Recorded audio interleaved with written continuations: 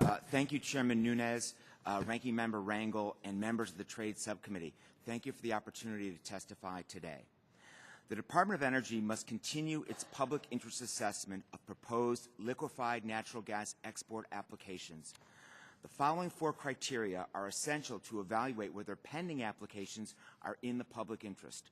First, assess the impact of additional LNG exports on natural gas prices and electricity costs. Second, evaluate the impact of higher natural gas prices on U.S. manufacturing. Third, determine the climate impacts of increased natural gas production. Fourth, are there other options that can deliver natural gas cheaper, faster, and more securely? First, the Department of Energy's already approved LNG terminals that could export approximately 18% of total domestic natural gas production by 2020. The Energy Information Administration forecasts that even with a modest level of exports, the price of natural gas for domestic electricity would grow by nearly 1/3 by 2020. This price increase could have severe impacts on family and small business budgets. Second, a recent study found that lower natural gas prices have fueled an additional 200,000 new manufacturing jobs. However, if more LNG exports boost natural gas prices, the industrial sector could experience nearly a 1/3 price increase in natural gas costs by 2020. This price rise could reduce manufacturing jobs. The nearest study, commissioned by DOE, determined that the expansion of LNG exports would provide net economic benefits to the U.S., but warned that, quote, higher natural gas prices in 2015 can also be expected to have negative effects on output and employment, unquote. Number 3, DOE must consider climate change when evaluating additional LNG exports.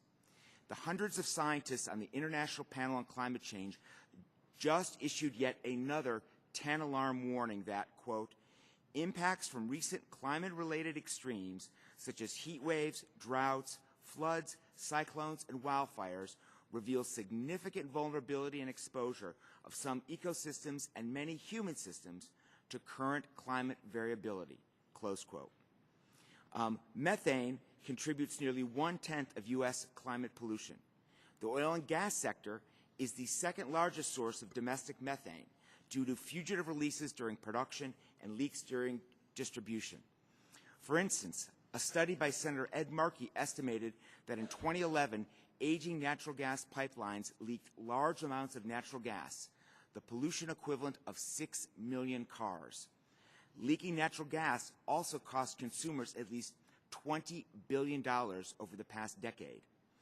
Ranking Member Rangel recently introduced legislation that would begin to plug pipeline leaks, and this program would create jobs, save consumers money, and cut pollution. Additionally, the Energy Information Administration predicts that further gas exports would spur additional gas production, which would lead to more methane pollution, exacerbating climate change.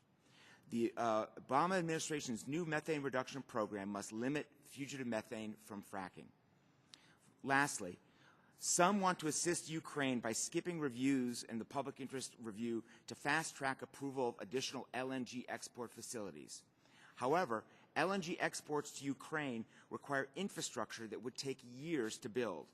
The first export facility, Sabine Pass, that Ms. Hawley talked about, may not be ready until 2016, and its gas is already contracted to go to India and South Korea.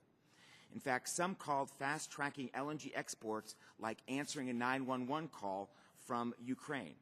If so, the fire department won't arrive for 2 years, and then it will go to a different address than the one that's making the call.